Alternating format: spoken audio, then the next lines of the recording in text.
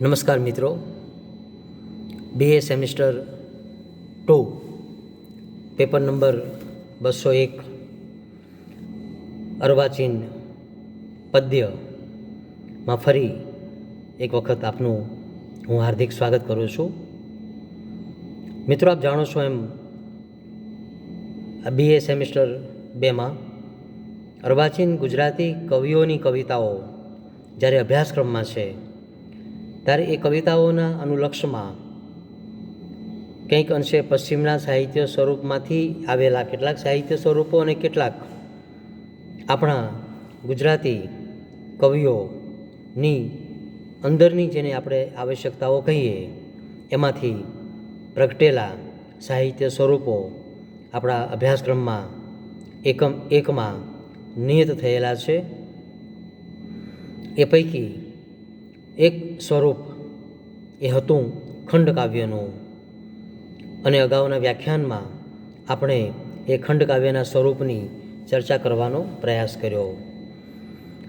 આપણે પણ એ વખતે સમજ્યા કે મણિશંકર રત્નજી ભટ્ટ એટલે કે કાંતની એક અનિવાર્ય આવશ્યકતામાંથી અથવા તો એમની પોતાની એક આંતરિક જરૂરિયાતમાંથી આવા એક સ્વરૂપનો ઉદ્ભવ થયેલો.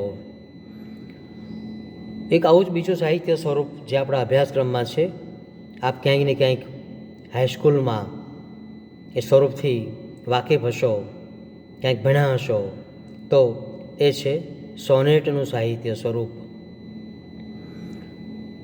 જાણીએ છીએ આપણે એમ એ સોનેટ એ આપણું ગુજરાતી, આપણું ભારતીય સાહિત્ય સ્વરૂપ નથી. મૂળ ઉર્મિકાવ્યનો પ્રકાર ગણાયેલ આ સોનેટના મૂળ કેટલાક વિદ્વાનો ગ્રીક એપિગ્રામમાં પણ જુએ છે. પણ મૂળ આ સાહિત્ય સ્વરૂપનો જન્મ 13મી સદીમાં ઇટાલીમાં થયેલો એ વાત સર્વ સ્વીકૃત અને સર્વવિદિત છે. ઇટાલીમાં ગીતોના હાથે સિદ્ધ થઈ દાંતે, પેટ્રાર્ક જેવા કવિઓએ એમાં થોડું થોડું ઉમેરણ કરીને આ સ્વરૂપને એની પૂર્ણ કક્ષાએ પહોંચાડવાનો પ્રયત્ન કર્યો. ત્યાર પછી તો એ જર્મની, એ ઇંગ્લેન્ડ જેવા દેશોમાં ફરતો ફરતો ભારતમાં એનો પ્રવેશ થાય છે. આ સ્વરૂપની વ્યુત્પત્તિ જોવાનો પ્રયત્ન કરીએ તો સોનેટ શબ્દના મૂળમાં ઇટાલિયન શબ્દ સુનો એવો પડેલો છે. એનો અર્થ થાય છે અવાજ. અંગ્રેજી સમીક્ષક સર આર્થર ક્વિલર કોચ એનો અર્થ કંઈક વગાડવું, કંઈક અવાજ, કંઈક સંગીત એવો પણ કરવાનો પ્રયત્ન કરે છે. લેટિન શબ્દ સુનોસનો અર્થ પણ અવાજ એવો થાય છે. તો વળી પ્રોવેન્સ પ્રાંતમાં ઘેટાના ગળે જે ઘંટડીઓ બંધાતી તેમાંથી જે ઝીણો મધુર ધ્વનિ પ્રગટ થતો તેને પણ સોનેટ એવા નામથી ઓળખાવાનો પ્રયાસ કરેલો છે. આ 3-4 નાની નાની વિભાવના પરથી આપણે વાત નક્કી કરી શકીએ કે આ સોનેટો, સુનો એની આસપાસના જે અર્થ પ્રગટે છે એમાંનો એક અર્થ એ અવાજ, સંગીત, હળવું સંગીત એવા કોઈક એક અર્થ ઉપર આપણે આવી શકીએ. તો આવા સ્વરૂપને આપણે અંતરંગ અને બહિરંગ એટલે કે સોનેટનું આંતર સ્વરૂપ અને સોનેટનું બાહ્ય સ્વરૂપ બંનેને લક્ષ્યમાં રાખીને આ સ્વરૂપને સમજવાનો પ્રયાસ કરીએ તો સોનેટના સાહિત્ય સ્વરૂપનો વિચાર તેના બહિરંગ અને અંતરંગ સંદર્ભે કરવામાં આવે. બહિરંગ એટલે કે એનો બાહ્ય આકાર. જેમ આપણે પેપર નંબર 101માં આખ્યાનનો આંતર અને બાહ્ય સંબંધ તપાસેલો, એટલે કે એનો અંતરંગ અને બહિરંગ, એમ સોનેટનો પણ એક બાહ્ય એનો આકાર છે એ છે કે સોનેટ એટલે કે 14 પંક્તિની અનિવાર્ય આવશ્યકતા. સોનેટ બનવા માટે 14 પંક્તિઓ અનિવાર્યપણે જોશે. એટલે કે 14 પંક્તિનું કાવ્ય એટલે સોનેટ, અને સોનેટ એટલે એમાં 14 પંક્તિની અનિવાર્યતા. ત્યાર પછી આપણે જાણીએ છીએ એમ 14 પંક્તિઓ છે તો એક પંક્તિઓ કેવી રીતે નિરૂપાયેલી હોવી જોઈએ, તો એ બાબતમાં જે વિગતો આપણને પ્રાપ્ત થાય છે કે એ પેટ્રાર્ક નામના જે કવિ હતા એમણે એ જે પંક્તિઓ છે 14 એનું વિભાજન 8 પંક્તિઓ અને 6 પંક્તિ બરાબર 14 પંક્તિમાં કરેલો. એટલે આપણે કહીએ છીએ કે અષ્ટક અને ષટક. એટલે પ્રથમ 8 પંક્તિઓમાં સોનેટનો ઉઘાડ થાય, કહો કે સોનેટમાં કેટલાક પ્રશ્નો મુકાયા હોય, અને પાછળ જે ષટક આવે એટલે કે 6 જે પંક્તિઓ આવે એમાં મોટે ભાગે એના જવાબો હોય, મોટે ભાગે એનો ઉત્તરાર્ધ હોય, મોટે ભાગે કાવ્ય પૂરું થવા તરફની એની ગતિ હોય. વાત એ રહી કે પેટ્રાર્ક શાહી સોનેટમાં જે પંક્તિ વિભાજન હોય છે એ 8 અને 6 પ્રમાણે હોય. ત્યાર પછી આ સોનેટ ફરતું ફરતું ઇંગ્લેન્ડ સુધી અને શેક્સપિયર સુધી પહોંચે છે. વિશ્વનો શ્રેષ્ઠ બહુ જ મોટા ગજાના નાટ્યકાર શેક્સપિયર, એમની હથોટી તો મુખ્યત્વે નાટકના સ્વરૂપમાં, પણ એમણે પણ આ સોનેટને ખેડવાનો પ્રયાસ કર્યો અને સોનેટની 14 પંક્તિઓનો સ્વીકાર કરીને એના વિભાજનમાં એમણે પ્રયોગો કર્યા. અને એમણે વિભાજનમાં 4, 4, 4 અને 2 એટલે કે 4 તરી 12 અને અંતે 2 પંક્તિઓ એ રીતે વિભાજન આપ્યું. બીજો પ્રકાર એમણે વિભાજનનો આપ્યો કે 3, 3, 3, 3 અને 2 એટલે કે 3 ચોક 12 અને 2 એટલે કે 13 અને 14. એ બંને પ્રકારનું વિભાજન સોનેટમાં શેક્સપિયરે આપ્યો. ત્રીજું આવ્યું, મિલ્ટન નામના કવિએ એક અનિયમિત આકાર ઊભો કર્યો કે વિભાજનમાં કોઈ એવી 6 અને 8, 8 અને 6, 4, 4 એમ નહીં. જ્યાં કોઈ વિચાર પૂરો થાય ત્યાં કવિને જ્યાં અટકવું હોય ત્યાં એ પંક્તિઓમાં અટકી શકે.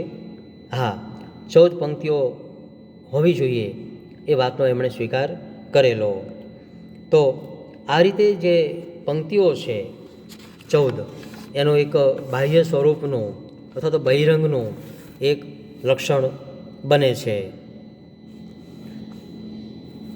ત્યાર પછી જે પ્રાસ યોજના પણ એ મહત્ત્વની ગણવામાં આવી. અલબત્ત ગુજરાતી સાહિત્યમાં, ગુજરાતી કવિતામાં, ગુજરાતી સોનેટમાં એ પ્રાસ યોજનાને બહુ જ ઓછા કવિઓ, બહુ જ નોંધપાત્ર કવિઓ એને વળગી રહેલા જોવા મળે છે.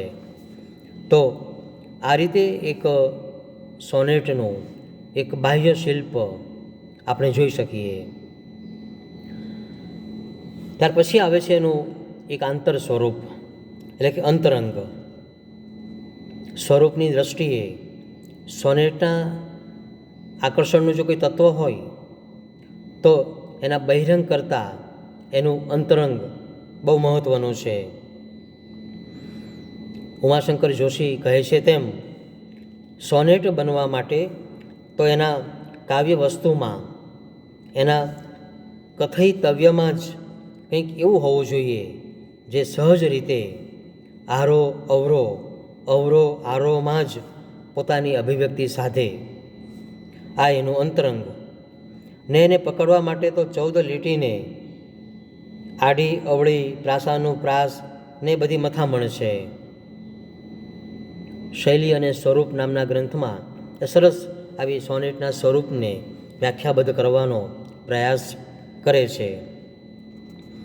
એટલે કે જ્યાં સોનેટનું સ્વરૂપ છે એ 14 પંક્તિમાં એ જો અષ્ટક અને ષટક હોય કે 4, 4, 4 અને 2 હોય કે 3, 3, 3 વાળી રચના હોય, એમાં એક વાત અનિવાર્ય છે કે એની પાસે, સોનેટકાર પાસે બહુ વધારે સમય નથી. 14 લીટી અને એ પાછી છંદોબદ્ધ સ્વરૂપની મર્યાદા છે. ત્યારે કોઈ આડો અવળો શબ્દ, આડું અવળું વર્ણન નહીં ચાલે. એને સીધો જ પ્રવેશ વિષય વસ્તુમાં કરવાનો છે. ત્યારે એ શેક્સપિયરનું સોનેટ હોય, પેટ્રાર્કનું હોય, મિલ્ટન શાહી હોય, તો એમાં એક સામાન્ય કોઈ વિચાર જેવો કોઈ ચાલે ઉર્મી કાવ્યમાં એવો વિચાર નહીં ચાલે.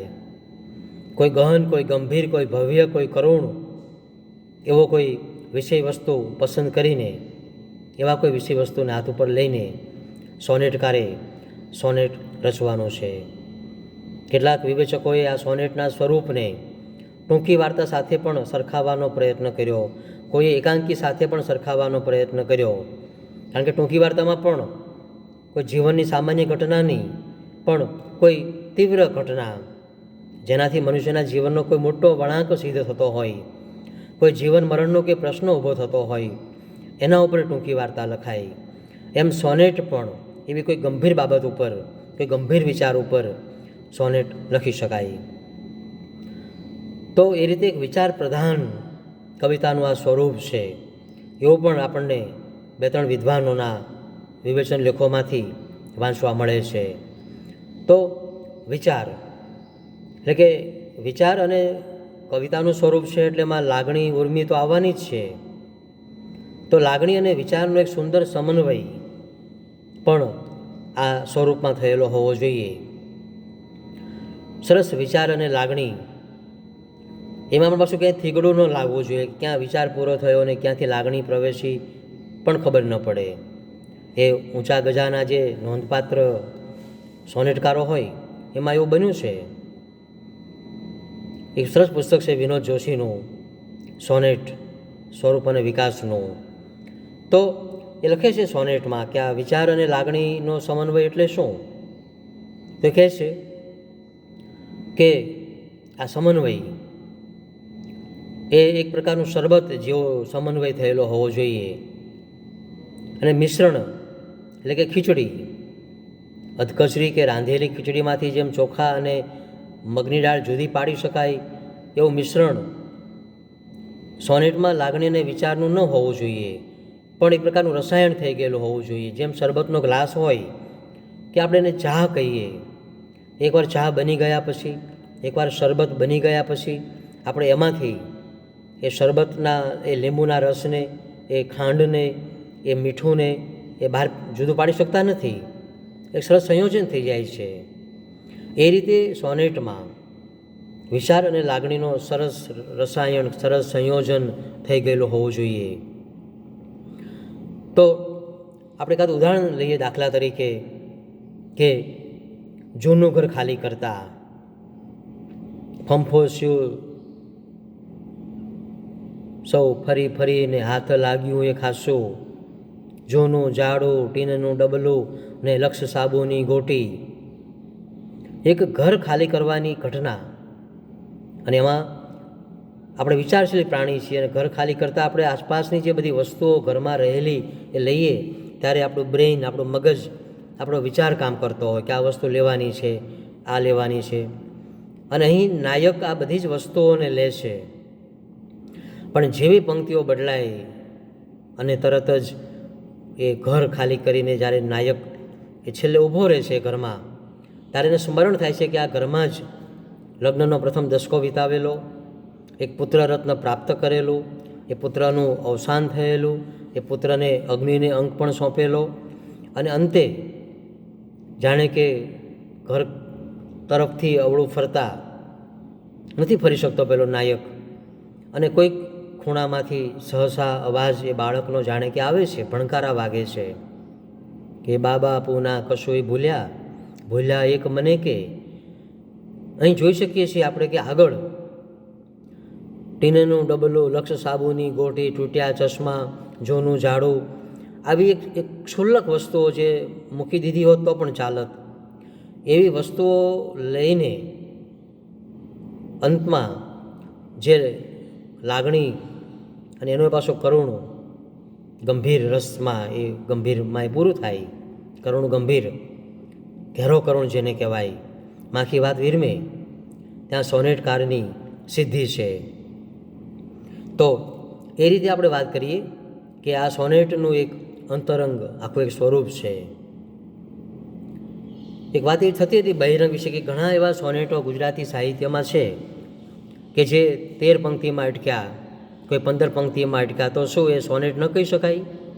છંદોબદ્ધ પણ છે, પણ એ પણ સરસ એવી વાત કહેવાય છે કે 14 પંક્તિની આવશ્યકતા એ જ એનું સૌંદર્ય છે, એ જ એની અનિવાર્યતા છે. જેમ ગણપતિનું ગણપતિત્વ અથવા ગણપતિની ઓળખ એમની સૂંઢમાં છે, હનુમાનજીની ઓળખ એમની પૂંછમાં છે, એ પૂંછડી એમની બહુ મહત્ત્વની છે, એમ સોનેટની ઓળખ એની 14 પંક્તિઓ છે. એટલે એમાં કોઈ આપણે બાંધછોડ કરી શકીએ નહીં. તો એમ પેલું બહિરંગ આ રીતે ધીમે ધીમે સોનેટનો પંક્તિમાં ત્રિકલ હોય, ચતુષ્ક હોય, એમાં ઉઘાડ થતો જાય. પછી વળાંક બિંદુ આવે અને અંતમાં એક નોંધપાત્ર વળાંક આવે જેને ચોંટ કહેવામાં આવે છે. એવી ચોંટ આવે એવું એક સોનેટનું આ અંતરંગ સ્વરૂપ છે. અંતરંગમાં બીજી મહત્ત્વની બાબત છે વૃત્ત વૈવિધ્ય અથવા તો છંદ. જે રીતે આપણા ખંડકાવ્યોમાં આપણે અગાઉ વાત કરી હતી કે એમાં વૃત્ત વૈવિધ્ય અને વૃત્ત નિરૂપણ એટલે છંદોબદ્ધ આ સ્વરૂપ છે, એમ સોનેટ પણ આ સુધી જેટલા લખાયા એ છંદમાં લખાયા. એટલે સોનેટ સાથે છંદ શબ્દ એક સિક્કાની બે બાજુઓ જેવો છે. ગીત અછાંદસ એ જુદી વસ્તુ છે. તો અહીં જે સ્વરૂપ છે સોનેટનું એ માટે છંદ અનિવાર્ય છે. જે મોટા ગજાના સિદ્ધસ્થ સોનેટકારો છે એ સોનેટનું જે વિષય વસ્તુ હોય એ પ્રમાણે છંદોની પસંદગી કરે છે અને છંદોનું નિરૂપણ કરે છે.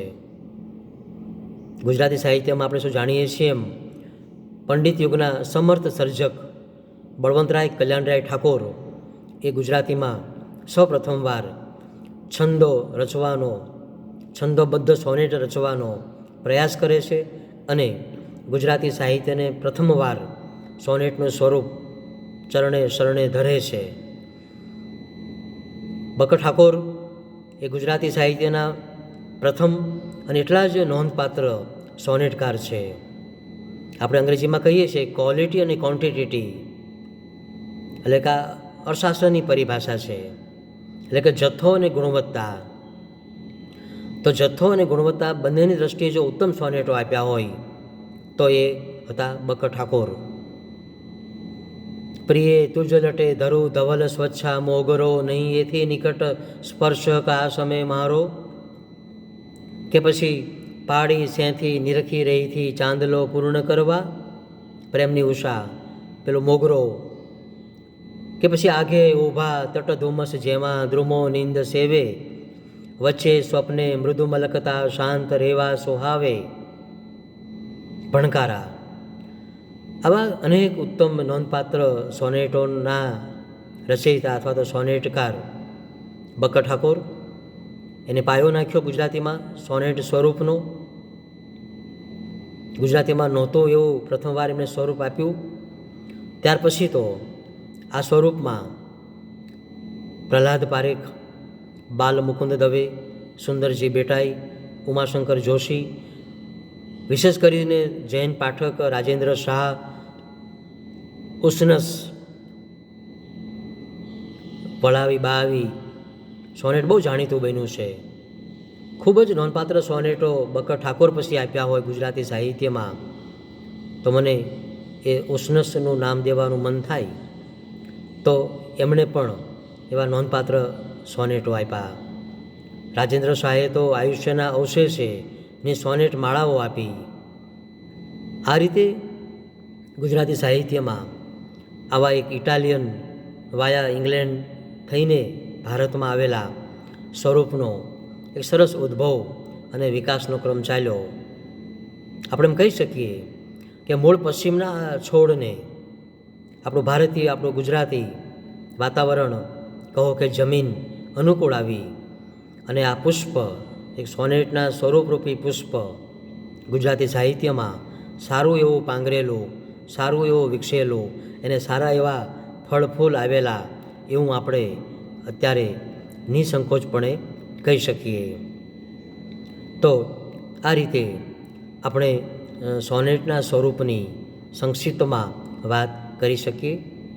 આ જ રીતે આપણું આ પેપર છે BA સેમિસ્ટર 2 અને એનું પણ પેપર નંબર 201, એ પણ પાછું પદ્ય, અને એમાં પણ અર્વાચીન, અને એ જે અભ્યાસક્રમમાં જે નિયત કૃતિઓ છે એ પૈકી યુનિટ એકમ જેને આપણે કહીએ એમાં આવા ચારેક સાહિત્ય સ્વરૂપો અર્વાચીનનો અભ્યાસક્રમ અનિવાર્ય છે. એમાં આપણે અત્યારે એકા બીજા સ્વરૂપની વાત આપણે પૂરી કરીએ છીએ. હું આશા રાખું કે સોનેટના સ્વરૂપમાં હું આપણી સમક્ષ થોડી ઘણી પણ નોંધપાત્ર બાબતો મૂકી શક્યો હોઈશ. આપ સૌનો ખૂબ ખૂબ આભાર.